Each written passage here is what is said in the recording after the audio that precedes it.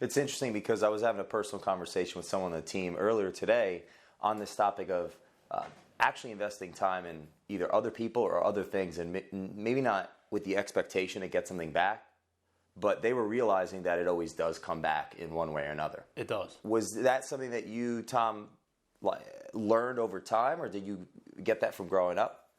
I learned it over time. I never went into it, like when I started volunteering down at Paul's, I never went into it with the idea that I was going to get something personal back out of it, whether personal or business-wise. It was more just, it was a cause that I believed in. I have rescue dogs at home. My dogs are actually tattooed on me. Wow. What kind of dogs do you have? I have a pit bull boxer mix named Hank, and I have a Chihuahua, like Jack Russell maybe mix, named Benny. All right. So they're my boys, in addition to my son. And,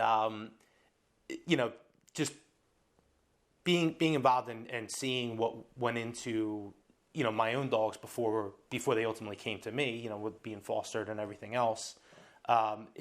It was just something that I felt strongly about and wanted to help out. So that's how I helped out. What about you, Capri? Was it something that you were taught growing up, or something you learned over time, just accidentally, maybe having more time in your hands and being in the right place at the right time? I learned it over time, although it took a really long time for me to see, at least business-wise, it didn't come back right away, nor was I expecting it to. But it was weird how, after a certain amount of time had passed, I did notice it come back.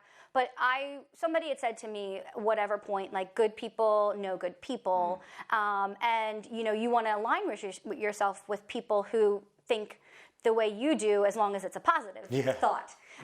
So I think that I always knew Tommy cared.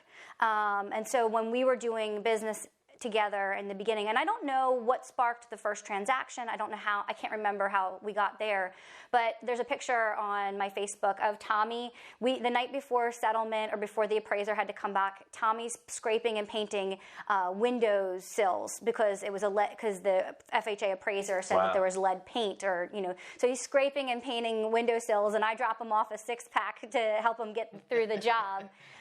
So that was the beginning of where my business picked up, because I realized I loved being able to help people who really needed me, like first-time home buyers. And then Tommy was on board, to do the same. And that's kind of how we got started, really, well, at least how I got started really doing serious business. So